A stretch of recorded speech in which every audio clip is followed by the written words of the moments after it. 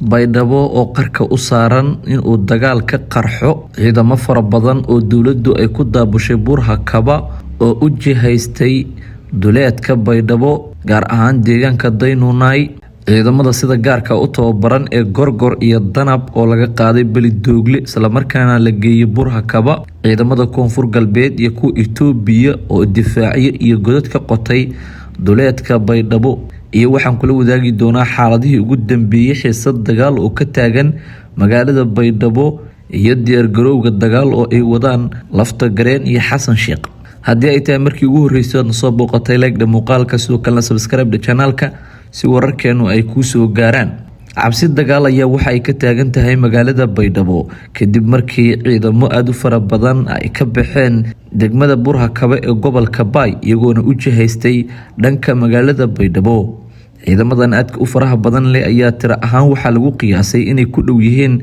in ka badan 5,000 oo askari kuwaas oo dowladda federaalka Soomaaliya ay maalmihii ugu dambeeyay ku daadgureysay Buur-Hakaba.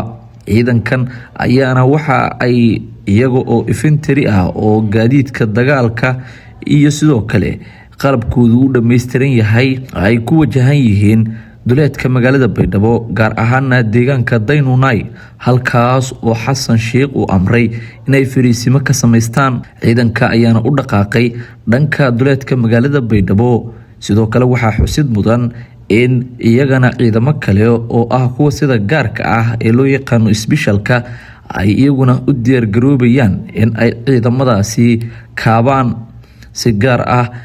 Balidoogle ayaa waxaa la sheegayaa oo gobolka Shabeellaha Hoose ah in haatan laga daadgureynayo ciidamo kale oo ah kuwa sida gaarka u tababaran ee Danab iyo Gorgor kuwaas oo ay dhaqaale fiican ku bixiyaan isla markaana kamid ah ciidamada ugu awoodda badan ee Soomaaliya. saaxiibada beesha caalamka ayaana dhaqaale fara badan ciidankan ku kaaba iyadoo oona wax badan la iska weydiinayo sida ay suurtagalka ku tahay inay ka qayb qaataan dagaal sokeeye.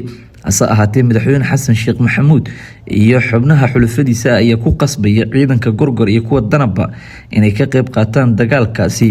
iyadoona haatan xogaha la helayo ay sheegayaan in ciidamadan haatan diyaarado looga qaadayo Balidoogle isla markaana la geenayo Buur-Hakaba halkaas oo ay kaga sii bixi doonaan iyaga oo dhulka maraya isla markaana tagaya duleedka magaalada Baydhabo. xaalad kacsanaan ayaana laga dareemayaa magaalada Baydhabo iyadoo oo sidoo kale saacadihii la soo dhaafay ay ciidanka Koonfur Galbeed ee ka amar qaata Lafta Gareen iyo sidoo kale ciidamada Itoobiya ee ku sugan magaalada Baydhabo ay difaaciye adag iyo godadba ka qoteen duleedka magaalada Baydhabo. sidoo kalena waxaa la sheegay in ciidamadooda ay magaalada banaanka uga soo baxeen isla markaana ay galeen difaac culus oo ay ku doonayaan inay kaga hortagaan duulaanka culus ee kaga soo wajahan dowladda federaalka iyo hogaamiye madaxweyne Xasan Sheekh Maxamuud kaasi oo amray in gabi ahaanba la weeraro magaalada Baydhabo maadaama uu sheegay in uu waayay wax kale oo xal ah ama uu isoo dhiibi waayay Lafta Gareen taasi oo uu sheegay inuu ku doonayo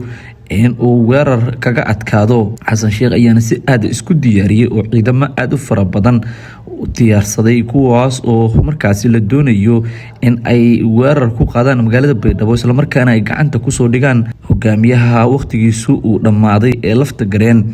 sidoo kale madaxweyne Xasan Sheekh Maxamuud ayaa doonaya in muddooyinka kooban ee ka harsan muddo xileedkiisa iyadoo aysan ka dhicin uu gacanta ku dhigo Lafta Gareen si uu Koonfur Galbeed uga hirgeliyo doorasho uu doonayo in uu cidi uu rabo u geysto ama uu ku soo saarto. xaaladda ayaa aad u kacsan waxaana la dareemayaa cabsi dagaal oo ku aadan in dagaal u dhaxeeya ciidamada dowladda federaalka ah oo garab ka helaya kuwa mucaaradka ee Koonfur Galbeed iyo sidoo kale dhinaca kale ciidamada Itoobiya oo garab ka helaya ciidamada daraawiishta dowlad goboleedka Koonfur Galbeed ee ka amar qaata Lafta Gareen in uu ka qarxo duleedka magaalada Baydhabo halkaas oo dhinacyadu ay isha isku hayaan. deegaanka Daynuunay oo qiyaastii 30 kilomitir u jira magaalada Baydhabo ayaana la aaminsan yahay in ay xaaladda ugu adag ka qarxi doonto maadaama la isku bira afaysanayo. horey ciidamada mucaaradka ee kasoo horjeeda Lafta Gareen ayaa waxa ay dhufaysyo kaga sameysteen isla markaana ay qaar kamid ah ku sugnaayeen deegaankaasi Daynuunay waxaana haatan gaaraya ciidamo cududoodu ay xoogan tahay ama tiro badan oo ciidamo ah kuwaas oo la doonayo in lagu harqiyo maamulka Cabdicasiis Xasan Maxamed Laftagareen.